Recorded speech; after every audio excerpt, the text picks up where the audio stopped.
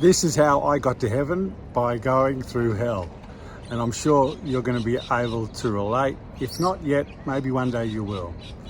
Going back to about 2019, 2020, remember then? I call it the scamdemic.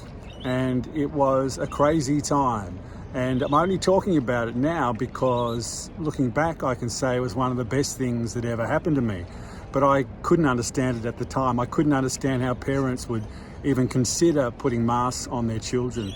And then I couldn't consider how people who had had injections before, inoculations they used to call them, but I don't think they can anymore, inoculations that had never been tested, right? Even though the ones I soon found out afterwards that I thought had been tested properly never really have been either. All the inoculations, the few that I took, the one that one of our daughters took, were never tested properly, and I found out were never necessary. But that's another story, and I'd hate you to stop listening now because you've got a different point of view on that. Because the thing is, my point of view changed on that, and yours might too. And that's the point of this video, is that to get to a place where you can accept the world as it is and you can appreciate the beauty of it without having to fight it or be in conflict with those aspects that confuse you, is really how you get to heaven. And yeah, you might have to go through hell, the hell of feeling alone, isolated, at odds with your family and friends. You know, we've all got stories, whichever side we were on, of that division that was caused. And even just thinking about it now brings up emotion inside my body, you know, because it's still part of the experience that I guess a lot of us are working through on some level.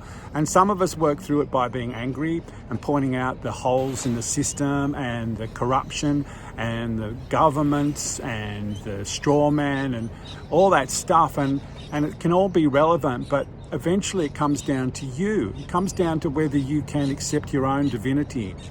You know, that you are sacred, you have a right to your own life. And that means everyone else does too. And when you get to that place of accepting the things you don't understand, the other values that people have which are different to yours, and remembering that they can change as well, that gives you such a great sense of calm. That maybe all is as it is meant to be. Even the things you don't understand, the people that are bound in conflicts, maybe centuries old, maybe millennia old, that's for them. And it's not for you. What's for you is to find that division within you and heal that. Know that you deserve to feel paradise today. Calm, confident, secure, abundant, prosperous, healthy. All these things are yours if you choose them. And it doesn't matter what other people around you are choosing. If they are choosing a seeming hell to you, you can choose heaven.